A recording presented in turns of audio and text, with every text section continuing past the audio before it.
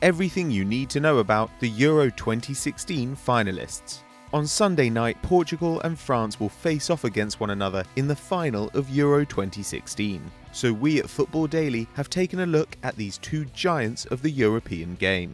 Portugal have qualified for 7 European Championships, under half of the total available, but have consistently punched above their weight on the international stage. On every occasion they've got out of the group, reaching the final twice, the semis 3 times, and the quarters in the other 2 competitions. But so far the prize has eluded them, with a runner-up place as hosts at Euro 2004 their best finish.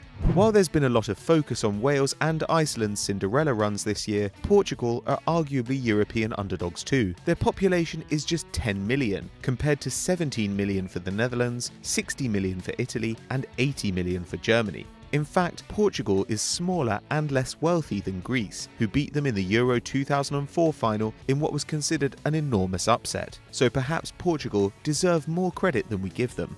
Since the demise of the golden generation of Figo, Rui Costa and Conceição in the early 2000s, the Portuguese national side, usually called the Seleção, like Brazil, have often been called a one-man team.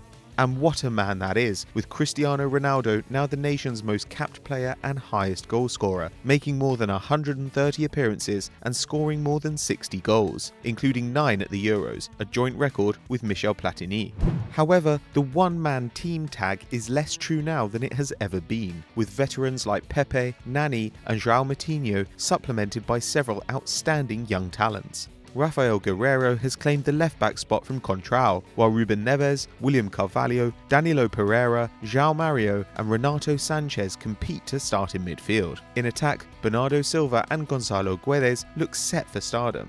And coach Fernando Santos has shown himself to be a clever tactician throughout this year's tournament.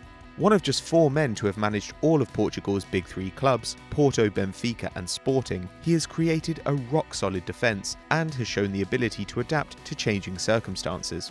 In the quarter-final, he shifted Renato Sanchez to the right to cover struggling fullback Cedric Soares and cut off the supply line to Lewandowski and Milik. In what is likely to be a cagey final against a highly rated opponent, Santos' power to change the game with smart management could hold the key.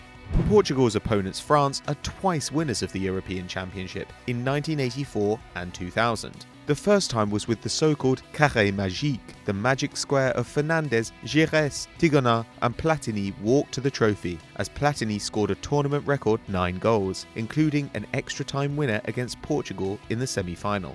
The second time, they were led by Zidane and the glittering team that had triumphed at World Cup 1998. Again, they beat Portugal in extra time in the semi-final. Incredibly, the 2 teams' one other competitive meeting was in yet another semi-final, this time at the 2006 World Cup. For the 3rd time, Les Bleus came out on top, thanks to a Zidane penalty. In fact, Portugal haven't beaten France since 1975, losing their last 10 internationals against the French. The overall record currently stands at 18 wins for France, 1 draw and 5 wins for Portugal. And if France do go on to victory, it would be their 3rd international tournament win on home soil and their 4th trophy overall. The French record at home is truly intimidating, with 16 victories in their last 18 tournament games in France, and the last defeat came in the inaugural European Championship in 1960 against Czechoslovakia.